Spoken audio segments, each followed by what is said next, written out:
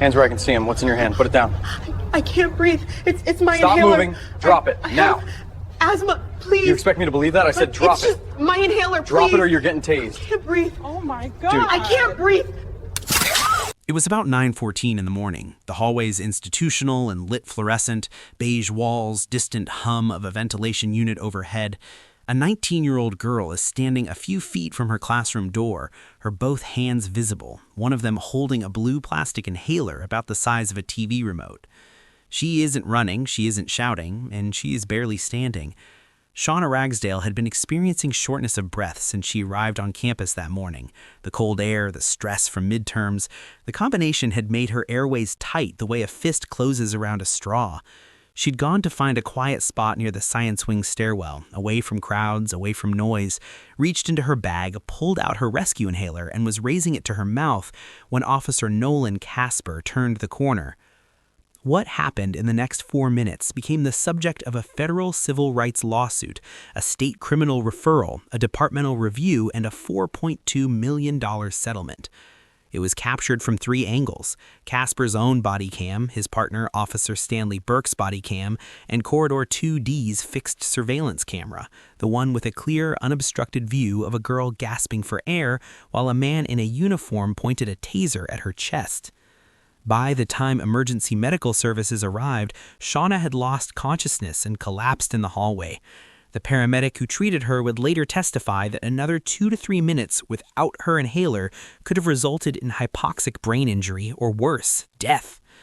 Casper's incident report, which was filed that same afternoon, described the subject as agitated, unresponsive to commands, and in possession of an unidentified object. He did not mention the inhaler. He did not mention any of the witnesses. He did not mention that she had told him 4 times on camera exactly what she was holding and why. This is a pathetic story, and what it cost the people who tried to bury it is something they are still paying for. Before we go any further, comment where in the world you're watching from, and make sure to subscribe because what this rookie cop did and what happened to him afterward is something that would give you chills and give you relief at the same time. Officer Nolan Casper was 23-year-old rookie cop who was just 8 months into his first posting at Westfield Community College Campus Security, a contracted role under Sentinel Campus Solutions, not a sworn municipal department, though his badge, his axe on camera, and his taser were identical to what city patrol officers carried. He had completed the state's minimum requirement, 16 weeks at the Midland Regional Law Enforcement Academy. 2 notes from his instructors had been filed at graduation that read, "tends to escalate verbal confrontations," and "needs further development in de-escalation technique." Neither note had followed him to his posting in any meaningful way. In just 8 months on the job, 2 formal complaints had already been filed against him. The first, a black male student reported being stopped and questioned outside the campus library without a reason. It was filed, reviewed, and closed as inconclusive. The second, a Latino student reported that Casper was demanding ID at a public campus event while white students nearby were waved through. Also filed, reviewed. The supervisor's written note read, "Officer used standard protocol, no further action required." Casper had never been pulled aside. He had never been made to watch his own footage. He had never once been told clearly and on record that his instincts were wrong. Shawna Ragsdale was 19 years old and one of 11 students awarded a full academic scholarship through Westfield's STEM Equity program that year. Her GPA was 3.9. She was enrolled in pre-nursing.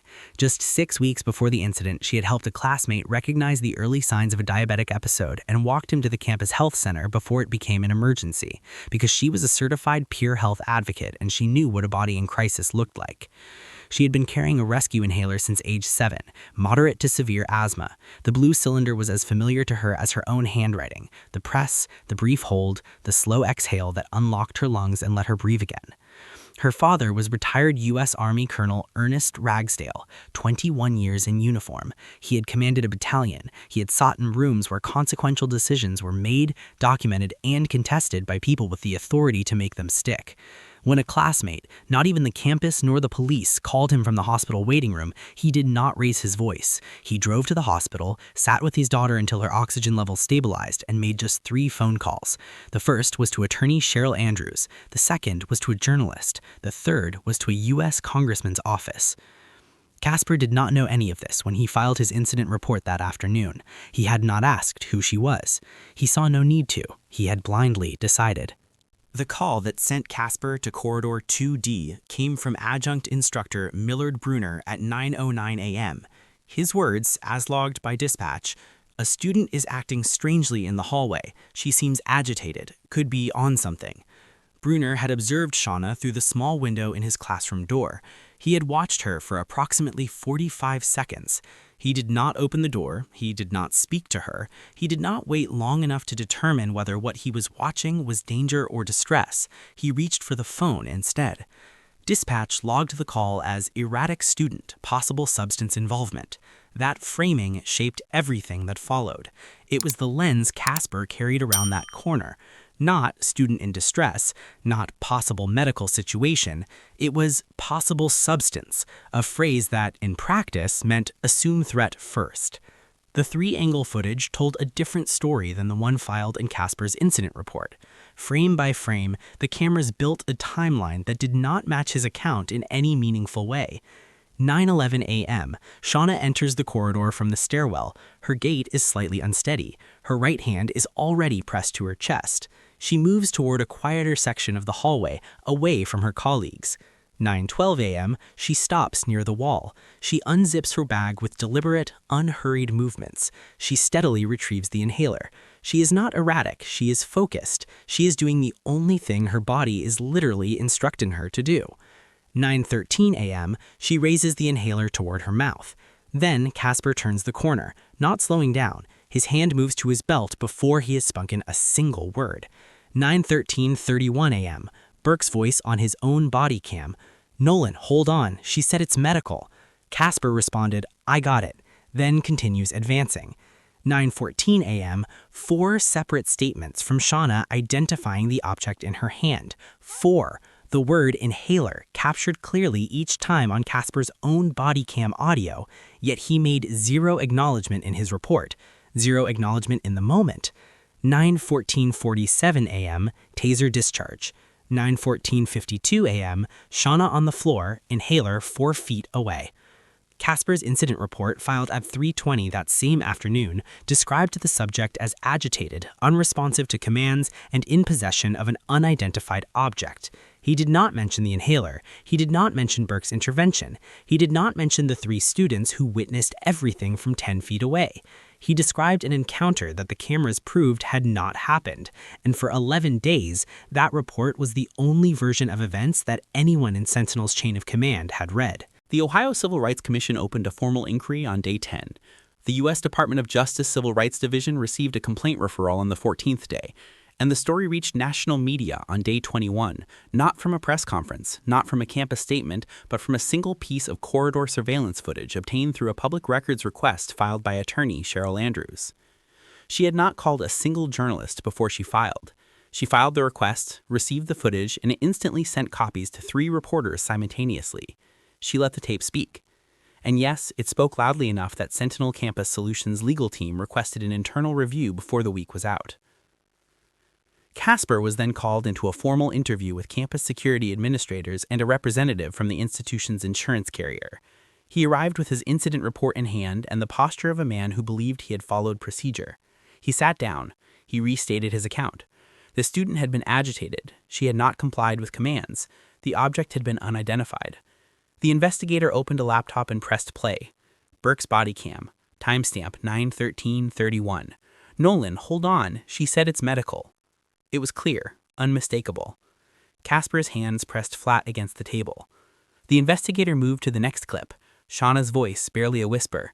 "It's just my inhaler, please." Then, "Why does your incident report not reference Officer Burke's verbal intervention?" He had no answer. "Why does your report describe the object as unidentified when the subject identified it 4 times on your own body cam?" Casper reiterated. She was non-compliant. The investigator slid a printed still frame across the table. Casper at 9:13:50, taser already raised, Shawna's hand open at her side. She was not lunging. She was not reaching toward him. She was standing midway, barely upright, holding a blue plastic rectangle to her chest and trying to breathe.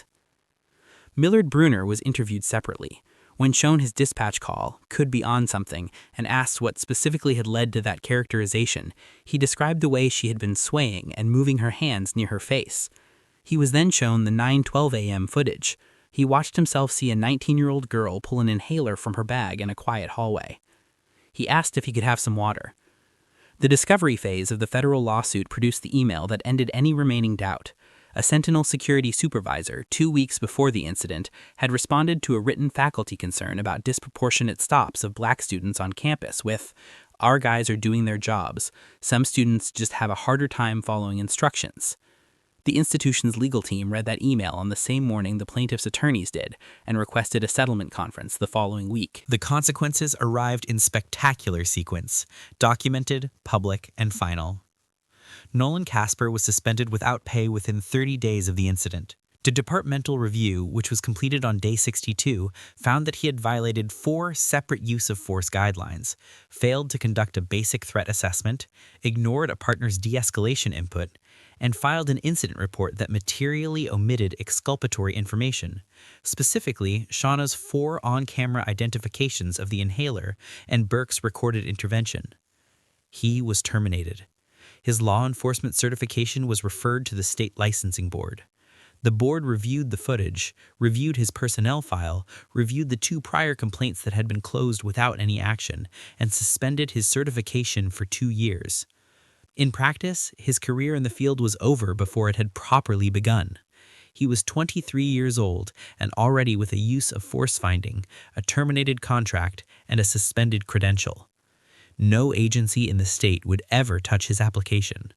The criminal referral forwarded by the Ohio Civil Rights Commission to the county prosecutor's office named Casper on 1 count of unlawful use of force and 1 count of falsifying an official report. A grand jury was convened. The process moved forward the way accountability processes do when the evidence is airtight and the footage is 3 angles of the same truth. Slowly, but in one direction. Officer Stanley Burke was placed on administrative review for failure to intervene. His statement to investigators was honest, detailed, and entirely corroborated by his own body cam, the most important single document in the civil case. He had tried to slow Casper down.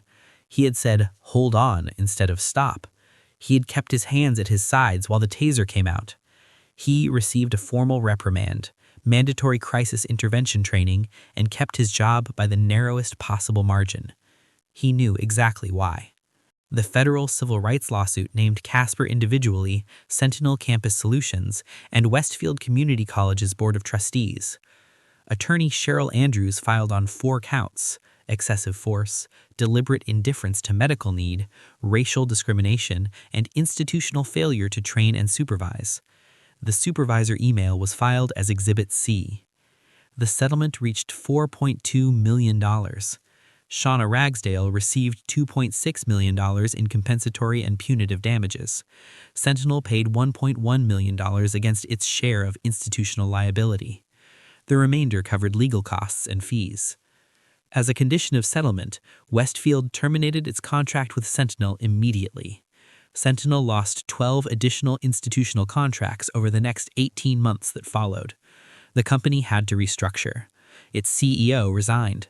Its name appeared in the appendix of a congressional subcommittee report on private security contractors on college campuses, cited as a case study in what happens when complaints go unanswered until a camera makes them impossible to ignore. Shawna Ragsdale returned to Westfield Community College the following fall semester. She walked through the same entrance she had walked through on the morning of the incident. She turned down the same corridor, past the same row of lockers, toward the same classroom in the science wing. The walls had been refinished. The wall-mounted camera at the far end of Corridor 2D was a newer model, wider angle, higher resolution, no blind spots. A small printed notice had been mounted below it. This facility is monitored for the safety and dignity of all students. A security officer stood near the stairwell door, a woman in her mid-30s named Renee Plummer, newly hired through Westfield's replacement contractor. She looked up when Shawna passed and gave a short, easy nod. "You doing all right?"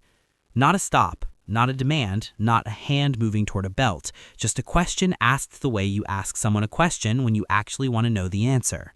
"Yeah," Shawna said, "I'm good." She reached her classroom door, paused, and pulled the blue inhaler from the front pocket of her bag. One measured press, and a refreshing slow exhale. She went right inside. She was enrolled in her 2nd year of pre-nursing, on track to graduate with honors. She had been accepted to 2 nursing programs. In her personal statement for each application, she wrote about what it felt like to be in crisis and have the person sent to help you become the reason the crisis got worse. And she wrote about what it meant to recover, not just physically, but with your understanding of systems and power and accountability intact and sharpened. She did not describe herself as a victim. She never had. At Westfield's new contractor training facility, a mandatory orientation module had been added to the certification curriculum for all incoming campus security personnel. It opened with a single still frame on a projection screen. A young woman in a gray sweatshirt, a blue inhaler in her right hand, a taser pointed at her chest. 3 witnesses visible in the background, frozen in shock and unbelief. Below the image, 1 line of plain black text. This is what a failure of training looks like. It cost $4.2 million and nearly cost a life. It will not happen here. No names were printed on the slide. The careers were already gone. The record had already spoken. And somewhere down corridor 2D, a girl who had refused to disappear was sitting in a classroom, breathing easy, building toward the version of herself that morning had tried to take from her. It didn't. If this story moved you, don't just sit with it. Hit like, subscribe to the channel, and share this with someone who needs to understand what happens when bias gets a badge and a taser, and what happens when accountability finally catches up. This true story was disturbing, but the one coming up next ends in a way no one expected, and you don't want to miss it.